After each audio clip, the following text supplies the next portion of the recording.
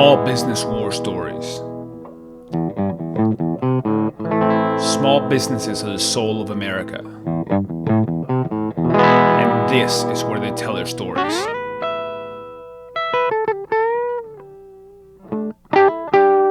I am your host, Pablo Fuentes.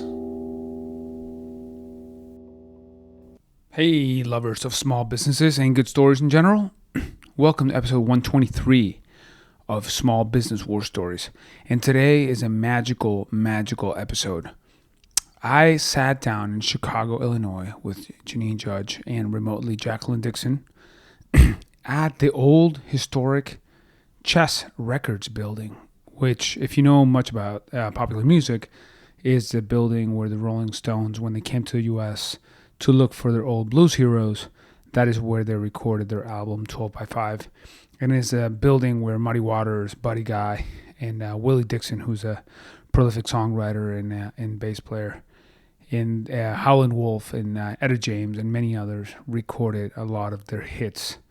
And this is a special building and a special episode where we talk about the nonprofit foundation that exists here today, which is Willie Dixon's Blues Heaven Foundation, and what life is like for a nonprofit, one that has as much history as the one that we talk about. There's a lot of really interesting, cool stories that come about, some of the ghosts that are in the building, some of the interesting things that have happened, and where this organization is going to preserve and all this beautiful history of blues and blues music and popular music.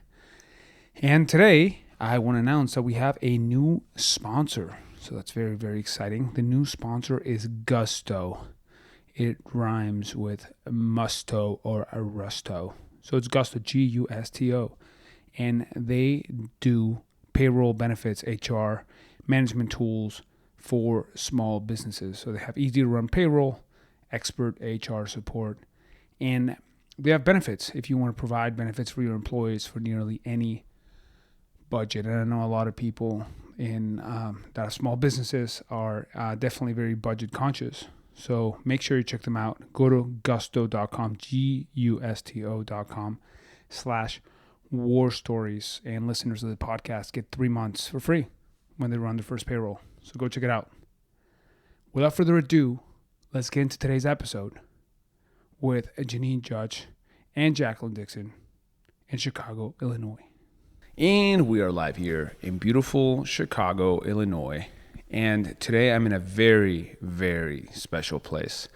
Today I have the pleasure and honor to sit down here in the actual recording room of historical Chess Records. And I'm sitting here with Janine Judge, who is a director of Willie Dixon's Blues Heaven Foundation.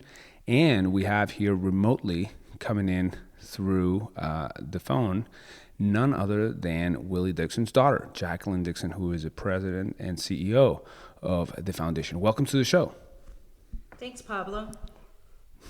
Thank you. Thanks so much. Yeah, of course. It's really amazing to be here. So we are in a history-soaked room where folks like, Muddy Waters and Howlin' Wolf and Chuck Berry and Etta James, lots of incredibly iconic artists have and also, of course, Willie Dixon, who was a big engine behind what happened at Chess Records here in the middle part of the 20th century.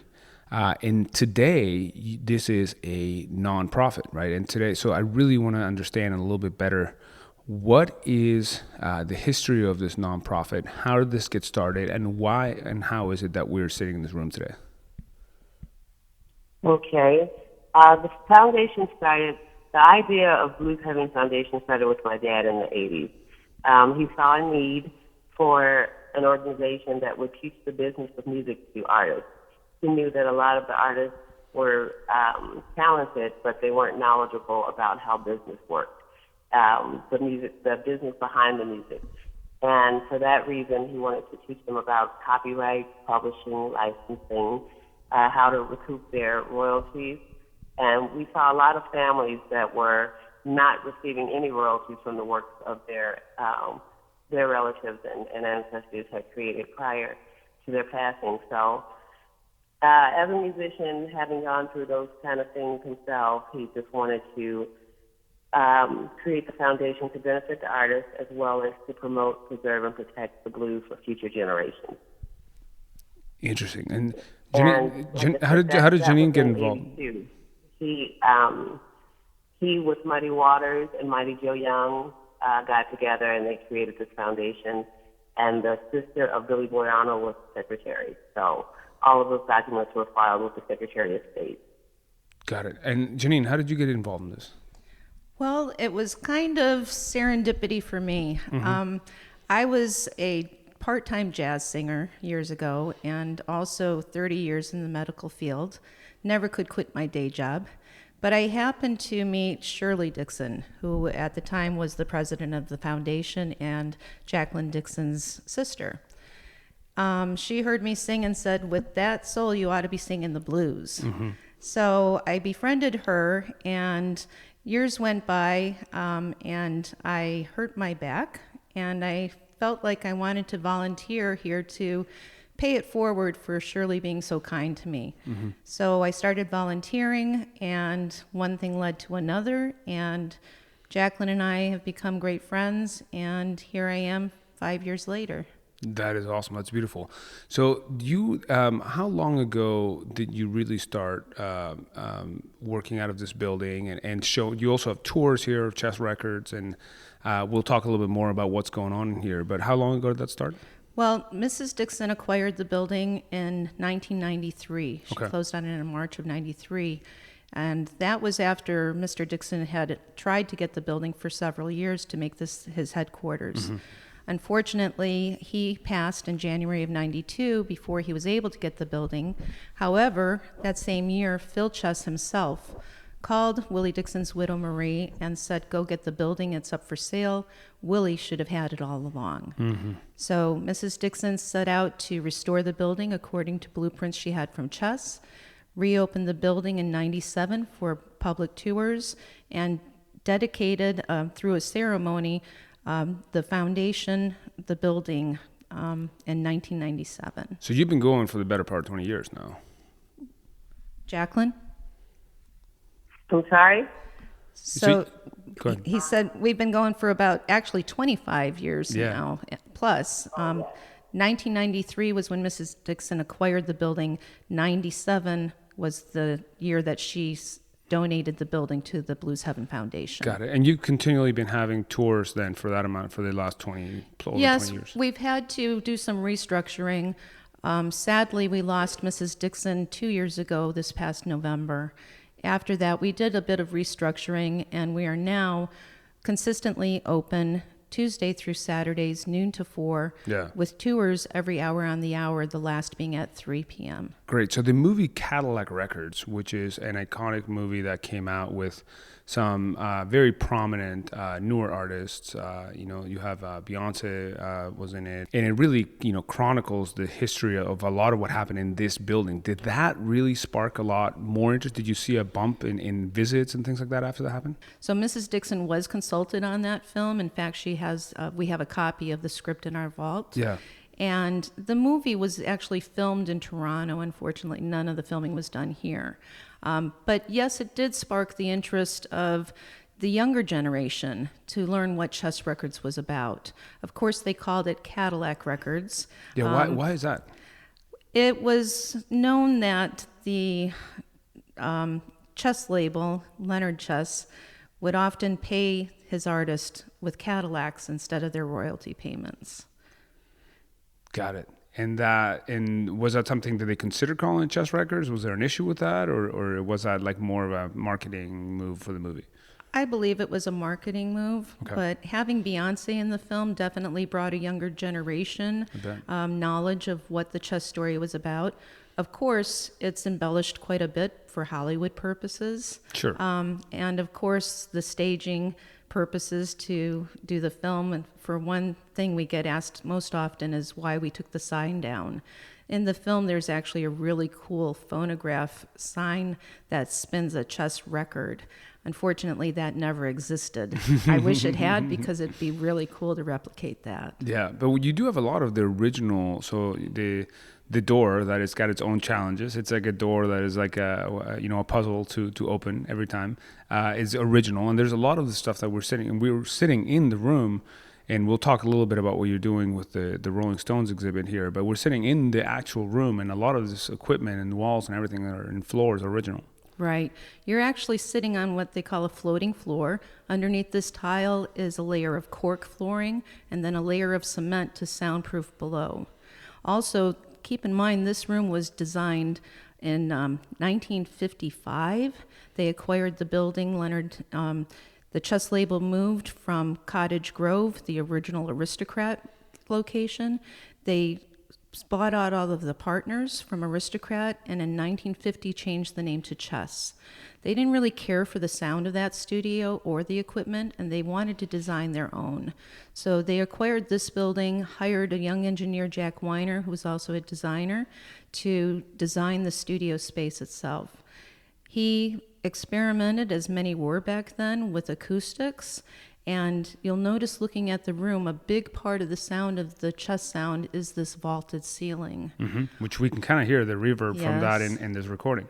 And behind you is a very thick wall, the wall with the photo of Willie Dixon, Muddy Waters, and Buddy Guy from the Folk Singer album, September of 1963, was recorded in this room.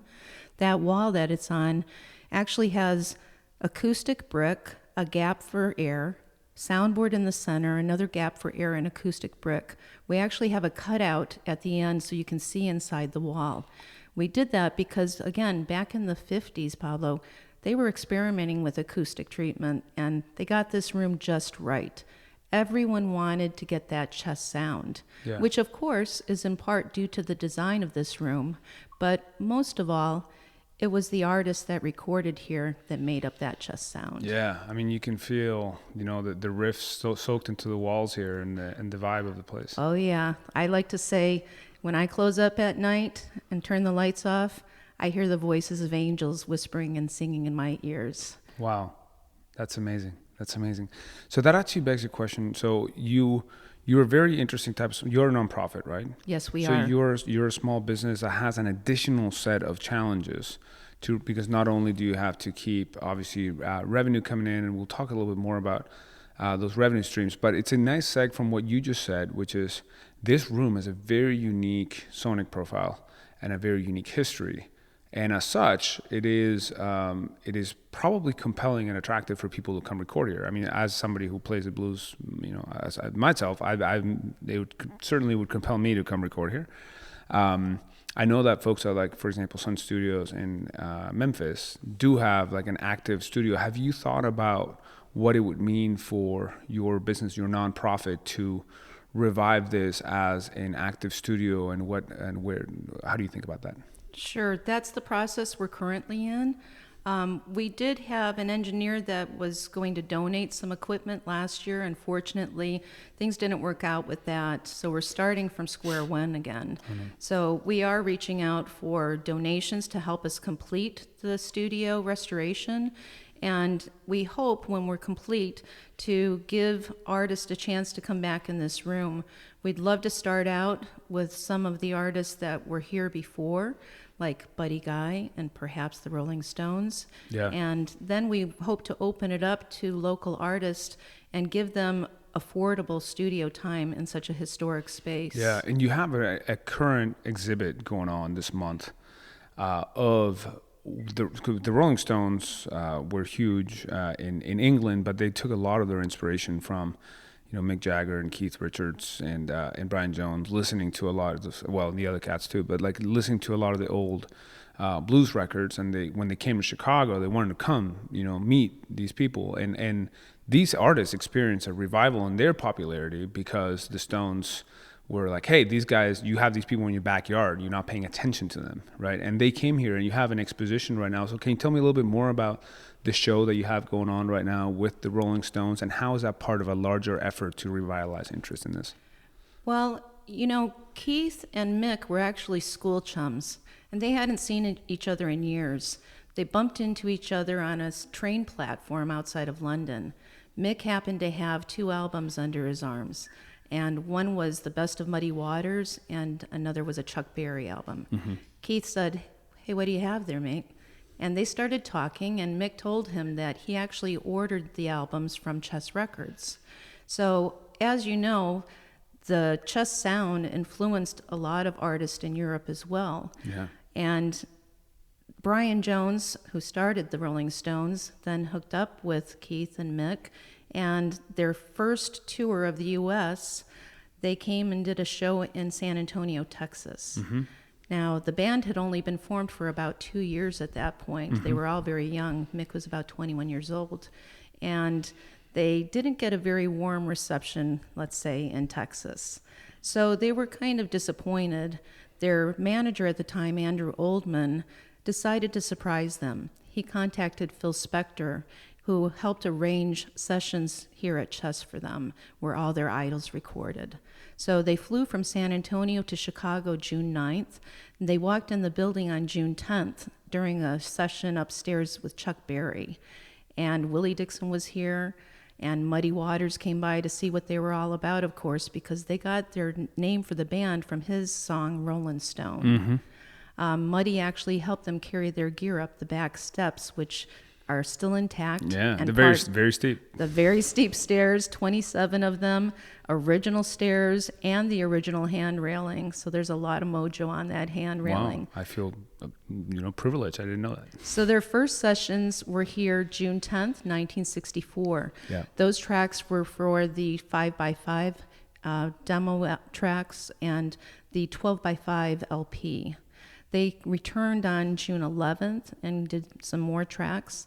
One of those tracks on the 12x5 happens to be one of the few instrumentals they've ever done, and they did this one to pay homage to this very place, and they titled it 2120 South Michigan Avenue. Which is? This is the address. The address of the building we're sitting in. Of the Blues Heaven Foundation, Willie Dixon's Blues Heaven Foundation, and the Chess Records building. Yeah. Wow. Jacqueline, I'd love to hear a little bit more from you about, Janine here was sharing a little bit more about the fundraising efforts. And I know that you guys are doing this. I mean, obviously you have to keep the lights on, but this is largely a labor of love for you.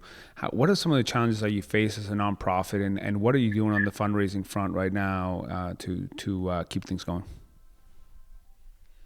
One of our issues as with anyone that has sometimes limited resources, is advertising, budgeting, and exposure. We're trying to reach as many people as possible, and that's been one of our challenges is, like I said, being able to make contact sometimes with people because we are small. The city of Chicago has not embraced us, or even the music industry, the music culture of Chicago, the way I've seen it done in other places, a little bit more successfully. You know, I've gone to places like Memphis where immediately upon exiting the aircraft, you know, in the terminal, they're playing blues and they're promoting everything music related. So that's been one of our issues, as with not getting the support from government and city officials and that we'd like to receive. Got it. So what has worked?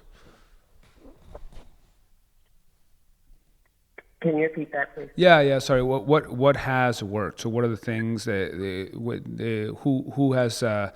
what are the avenues and channels for fundraising that have been successful for you, and what are you looking to do more of?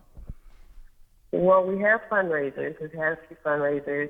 We've had people come out and donate their time and talents to the foundation. We've had some really successful fundraisers in Los Angeles in the past, at like the B.B. King's Club, and we did Week of Willie in 2015, which would have been the year he turned 100, and so we had made concerts around the city dedicated to my father's birthday and to raise funds for the foundation.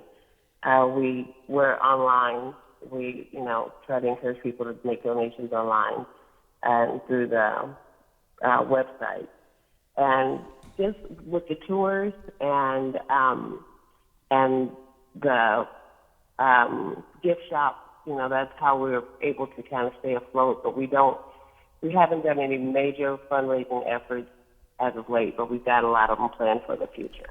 Got it. So the two things. One is I'm going to have to hit up that gift shop and leave some dollars behind here, which I will gladly do. But the other one is, do you guys have a wish list right now? So one of the things that you're looking for is, I guess, era appropriate console equipment and things like that. What are the things you guys are looking for? We're actually looking for gear that would make us a professional recording studio. We want to be able to offer that to artists, number one. And then, of course, we are hoping to get some of the original gear that was here. I know there's not a lot out there. Unfortunately, when Chess moved out of this building in 1969, I believe it was, or 67, they moved out of this building and moved to 320 East 21st Street, a multi-story building, and they took all of this equipment with them. So, of course, we are hoping to find some actual original stuff that was here, microphones, recording machines, some of the old Ampex. Jack Weiner used Universal Audio and modified his own board. So we're hoping to work out something with Universal. Bill Putnam Jr. we've been speaking with. And of course, Bill Putnam was like the holy grail of engineers back then. So we're hoping to fit the studio with mostly Universal gear and then bring in some vintage stuff as we can afford it or as it's donated. Yeah. Great. Jacqueline, do you have any thoughts on that? Yeah, like Janine mentioned, we've been checking around. We found out that some of the old equipment is in different locations. Other companies and recording studios might have a couple pieces, so we're trying to connect with them and see if we can maybe work out some way that they can lend it to us. As Janine mentioned before, we had someone that offered to donate equipment, and even though the equipment didn't remain, it did give us an opportunity to see what the studio would look like with the gear back in it, with some gear in it. And we're really excited about that. So since the equipment's been removed, we've been able to rebuild the floor that was necessary to raise the height of the floor to be able to look out into the studio that has a raised window. Yep. And also we're doing our acoustic treatments because we were generously received a donation from Prime Acoustic, and that's helping us with our acoustic treatments in the control room. And we've acquired them as a sponsor and Shure microphones also. They've been generous enough to help us with the restoration process. That's great. That's great. And one of the things that Janine and I were talking about before we started rolling here is really this need that there is in the blues community for everybody to work together, with a rising tide that lifts all boats, if you will, with, and one of the things that we were talking about is like, this is not a zero-sum game. If there's more interest in the blues, it's not like, one label, one building, one, museum wins and the other one loses. I think everybody wins. So do you have you guys done any efforts to work with other organizations in the city of Chicago, or maybe even nationwide? There are big blues communities in places like obviously Memphis, even Texas, and in Austin, and there's lots of interest in the blues nationwide. Do you guys work with other organizations to help each other out? I actually spoke with Rodney Hall of Fame Studios. Of course, his father was famous. In Muscle Shoals. Yes, sir. And Rodney is hoping to do something with us soon. They were planning to do something up in Chicago. And of course, Etta James recorded down there a lot. Yeah. And so the other, there are two recording studios. Right. And the other one where the Stones recorded. Highway. Yeah, on Jackson Exactly. Jackson Highway. We did a podcast there. It's about 100 episodes ago. We sat in the same room where the Stones recorded "You Gotta Move," "Brown Sugar," and "Wild Horses" for Sticky Fingers. And now we're sitting in another room where the Rolling Stones recorded. Cool. So yeah, maybe you guys should connect because the Muscle Shoals Music Foundation has a similar vibe and mission than you guys do. Right. We spoke to Rodney, and next year happens to be the 60th anniversary of Chess Records. Wow. So we're actually hoping to collaborate with others to do some type of an event to recognize that, hopefully bring in Marshall and Terry Chess and do a real thing to honor their fathers and their legacy of this building, but also Willie Dixon, who was their right-hand man, and do some type of a fundraiser, perhaps at the Wintrust Arena, to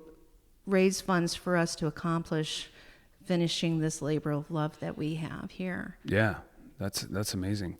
And tell me a little bit more. So you have this photography. Let's talk about the exhibit that you currently have here. So how is it that who shot these black and white photos that are being shown in the building here? It's an incredible collection. It's how many? There's probably like what, 40 or 50 of them. There's about 55. Yeah. And we contacted Larry Marion, who is the curator of the Bob Bonus archives. And he graciously offered to come for what we had already planned, celebrating the 55th anniversary of the Stones' first recording sessions here at Chess, June 10th of 1964. So we have a friend that is a huge Stones fan. 2 years ago, we started discussing planning this celebration. He collects memorabilia. In fact, the ticket downstairs was from their first concert ever, and that's worth quite a pretty penny. You have a lucite encased $10,000. Is it unused? Unused. Yeah, it's an unused ticket from the first ever show the Stones did in the U.S., right? Very rare. Yeah. And that case, all of the memorabilia in that case, and some posters, including the Shure microphone sponsor poster there of the Stones in the studio, those were loaned to us by Barry Slotnick. So Barry and I and Jacqueline discussed having this celebration. We reached out to the Bob Bonus archive, asking if we could get the photo that was taken by Bob Bonus through the control room window looking into the studio, because we had hoped to just display that. That's a photo that's directly behind me right there. Exactly. Yeah. So Larry Marion and I talked, and we decided what a great opportunity for them to come here. Now, Bob Bonus was actually the tour manager for the Rolling Stones in '64. He also managed the Beatles that year. And he and Andrew Oldman were here for those sessions. And fortunately, Bob had his camera with him. Unlike nowadays, everyone has one in their pocket on their phone. And these photos are not only some of the rarest photos of the Stones sessions back then, but they're also some of the rarest photos of this room. They didn't have a lot of photography back then for the sessions. So fortunately, we are able to look at these photos to continue our restoration. We're trying to be as accurate as possible in restoring the studio. The room you're sitting in has very little to do. It was pretty much left intact. Behind me, though, where you see the guitars hanging, there were actually acoustic panels on hinges that would open and close. If you look at the photo, you can see them behind Charlie Watts and Brian Jones there. So those would open and close to tune the room.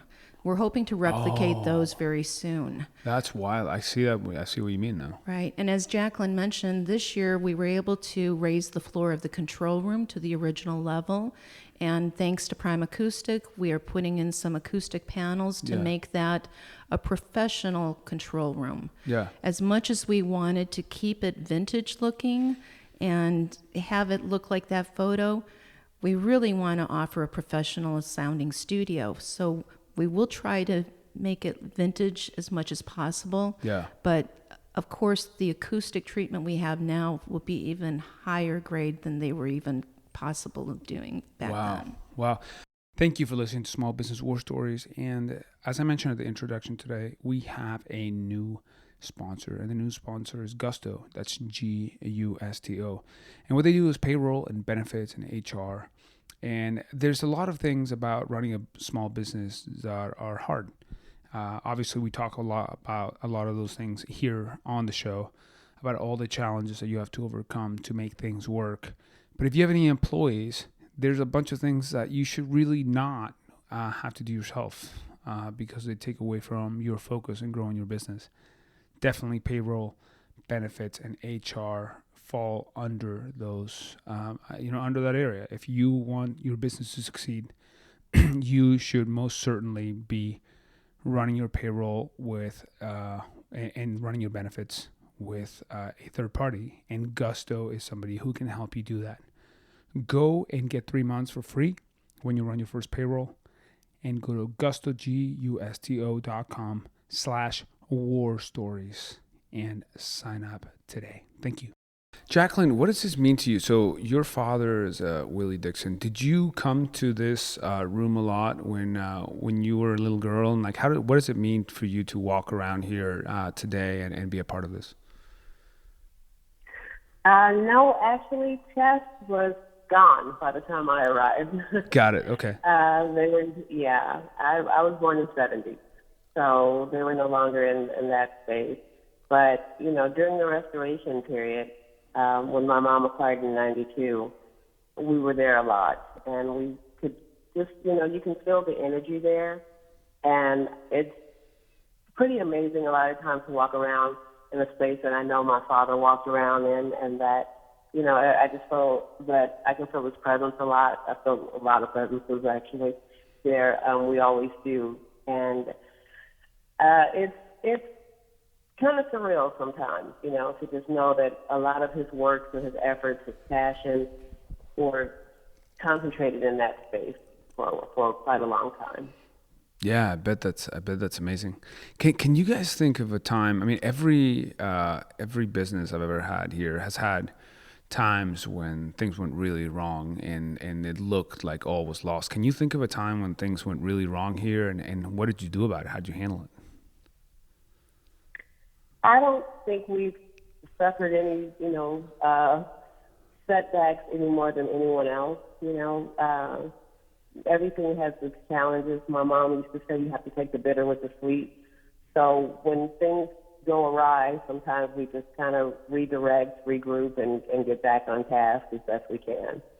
But I can't think of anything that went terribly, terribly wrong in that space. I remember we were doing a fundraiser in L.A., and I had to change venues that day. Oh, no. What happened? The previous events that took place is we had to put someone at the venue we weren't going to use and redirect them over to the B.B. King's Club at Universal City Walk.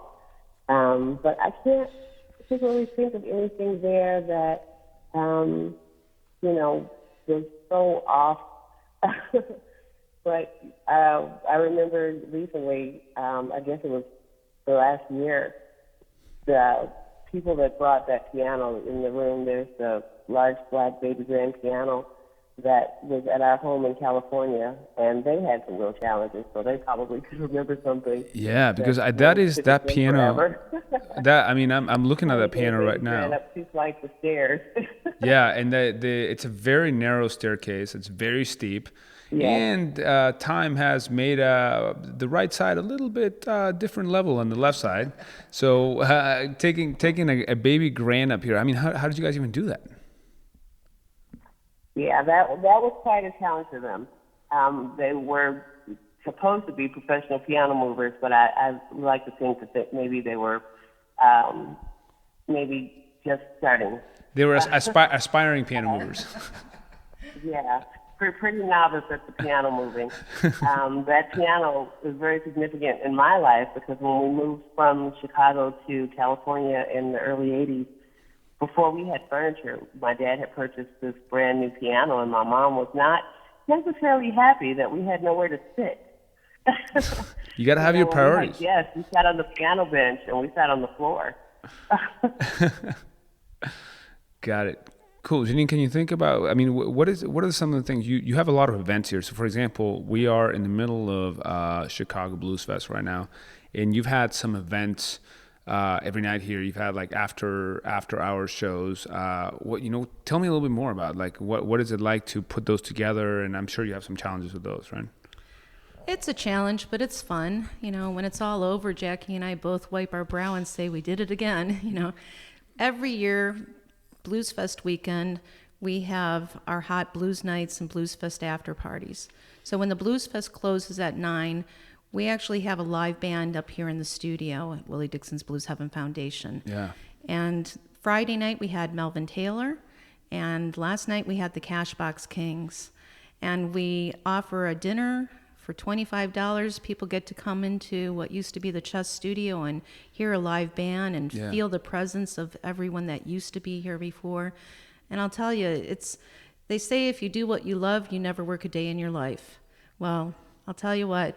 Yeah. This place, I love it. And I can't imagine having a better job than being here. And you were up until some ungodly hour last night, and then you had the presence and kindness to come and do Small Business War Stories episode the next day. So for that, we thank you. You're very welcome. We're glad to have you here. Absolutely. No, this is amazing. And we also do, during the summer, Pablo, from the first Thursday in June till the second Thursday in September, in the Willie Dixon's Blues Garden next door to the building, we put on what's called our Record Row Concert Series. And that's a free concert to the public. We also do Willie Dixon's Birthday Bash. His birthday's July 1st. This year we'll be having a barbecue on July 4th. We also do Marie Dixon's birthday celebration. And that's a gathering of neighbors. We have patrons that have come since it started. We had a lady that was 93 years old that passed recently, and she was at every single concert. So that's our way of paying it forward to the neighborhood and our local musicians to give them an opportunity. That's amazing. That's amazing. So any other major things you see on the horizon, events? Obviously that's in the short term. Do you have any other big expositions and big things? Like what are when you project this out, 3-5 years, what's your vision? Obviously you want to get this back to being a working studio, working with Chicago blues artists, and what else do you see as the things you want to accomplish? Jacqueline? Okay, well, in addition to that, the purpose of the studio, as you mentioned, is to get it back to a working studio. But one of our programs is we'd like to teach studio engineering to a younger generation of children that can come in and learn. Because a lot of people love music, they love being part of the music creation process, but they may not have the musical talent. And so there's a lot of jobs that we'd like them to be aware of as songwriters and engineers. It's very important to the process. And so that's one of our things. And in 3 to 5 years, we hope to have the studio up, maybe make some very much needed repairs in the building, maybe create a larger staff. We'd like to be able to just offer more merchandise, souvenirs, maybe some greater tourism presence in the Chicago area. And just we'd like to see everything improve and increase with the music scene there in Chicago, particularly the blues scene. Very cool. Have you guys thought about, this is a random idea that occurred to me, but selling like a lot more of the chess catalog out of here? Because, for example, a couple of things made me think of that. One is when I was at Sun Studios in Memphis, they do sell a lot of the catalog there. And yesterday at Blues Festival, I went by the Muddy Waters Foundation, and they actually sold me, which I purchased, the Manish Boy 45 RPM single. That is a chess single, and that's currently, I'm taking that back with me to Texas. Have you guys thought about doing that maybe, and also maybe like even having like a record store / cafe so people can come like experience more of that? We're starting to carry more vinyl, and actually we were hoping to start carrying the re-releases that Jack White helped with Universal Music, which was the Muddy Waters re-releases you're referring to. So we're hoping to carry those items in the gift shop soon. And of course, we would love to get as much chess-related label items in our gift shop. Yeah. We are going to be placing a rack down there. Unfortunately, we had one over at Reggie's, but they sold it before we could get it. And we're hoping to have it set up similar to what it was back in the day when Minnie Ripperton was the receptionist. Yeah, do you want to talk about that a little bit? That's a really interesting tidbit of trivia right there. Well, as you probably know, the younger generation may not know her name, but if they've ever heard the song "Loving You," that high C note she hits long before You Mariah want to Carey give it a was try? born. You're in the room. you're the jazz singer. I wouldn't even try. Yeah, I can't hit that register. But Minnie was the receptionist in her late teens, early 20s, and she was likely the one to answer you at that receptionist window at the front. Wow. But we're hoping to carry more vinyl, and of course, with the copyright limitations that are around, we have to be careful with the chess name. Yeah. As I mentioned, we would love to involve the chess sons a little bit more, and also bring in other vinyls. Last night we had the Cashbox Kings. We have some of their vinyls. Yeah. We have Keith Richards vinyls down there right now. Yeah. The Hopefully you'll Talk carry is Carl Cheap. Weathersby live at Rosa's vinyls. Yeah, we'd love to do that. Yeah, that's awesome. That's awesome. And Because- again, the vinyl resurgence now is also helping the younger generation to hear some of this cool music that they wouldn't have heard if they weren't getting into the hip vinyl. Yeah. You know, No, nowadays. I think it's amazing. I mean, I'm a big vinyl. I don't own a television, but I own 350 records. So you don't have to convince me of the value of that. And also, I had Third Man Records on the show. So I interviewed Ben Blackwell, who runs Third Man together with Jack White in Nashville. I reached out to Jack White last year, and I wanted to let him know what we were doing because I know he's really a pro at all the analog stuff. Yeah. And we'd love to get him in here and give I'll, his advice. I'll send this and- episode to Ben Blackwell because I do think that Jack just posted. He found an old, very rare 78 of Charlie Patton's one of his issues. There's 5 known in existence, and Jack White just found it. And I know he's done a lot of reissues for Paramount.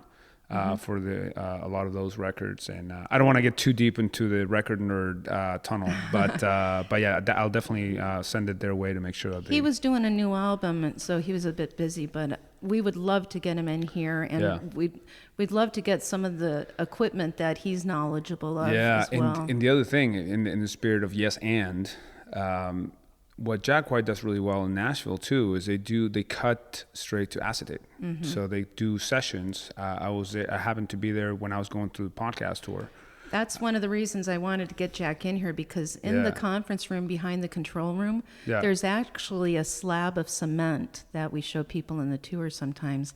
And we ask them if they know what that's for. We've had various answers, from putting a piano on it to raising the furniture up. But it was actually placed there for the record lathe machine.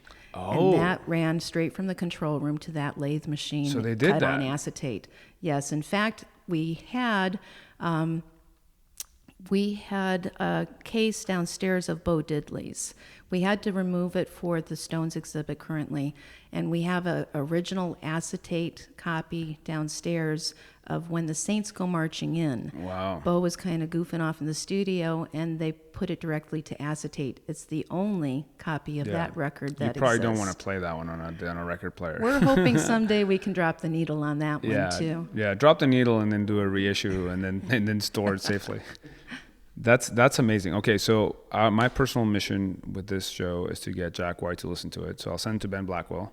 That'd be great. Hopefully we can get. I think they would be naturally very interested in this, and to be that conduit would be an honor for me. Yeah.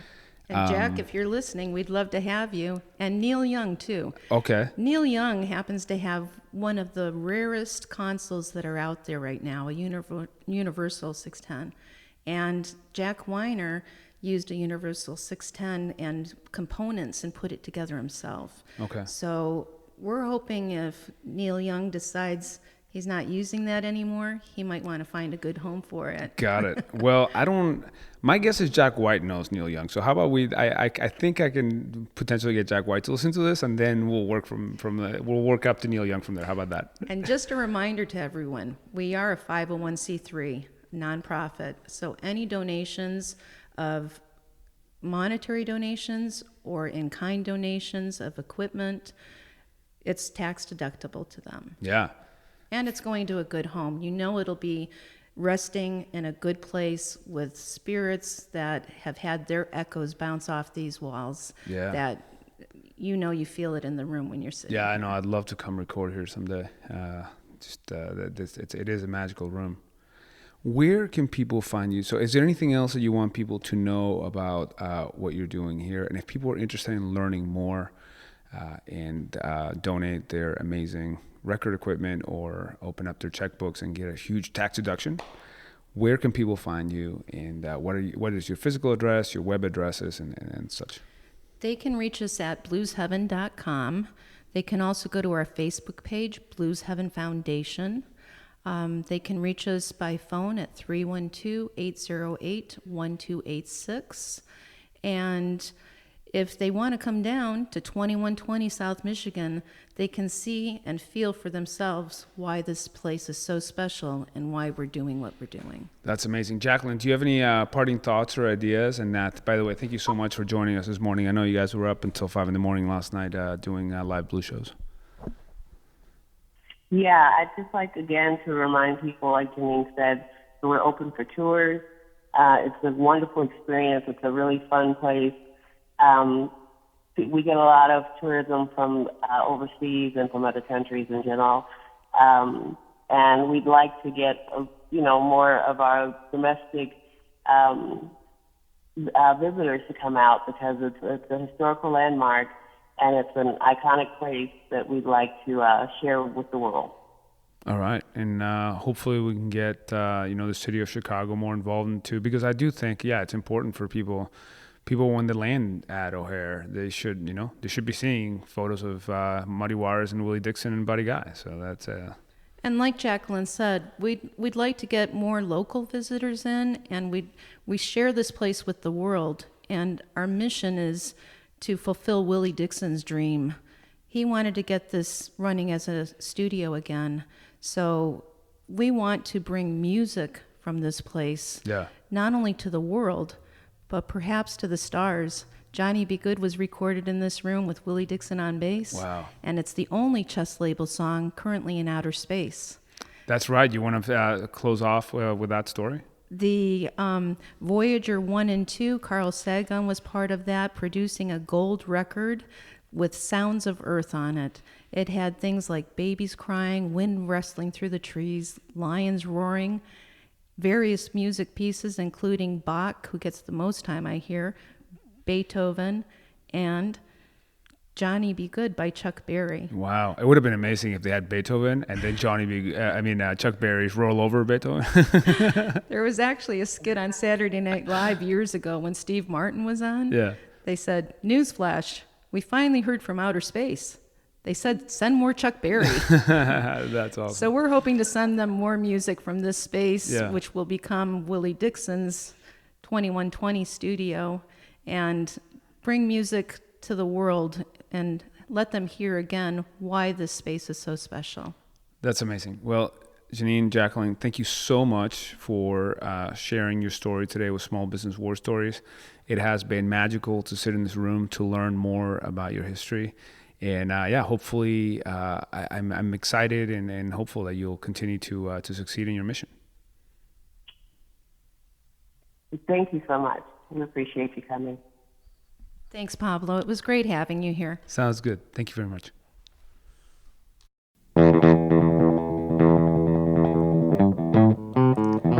Small Business War Stories. Small businesses are the soul of America. And this is where they tell their stories.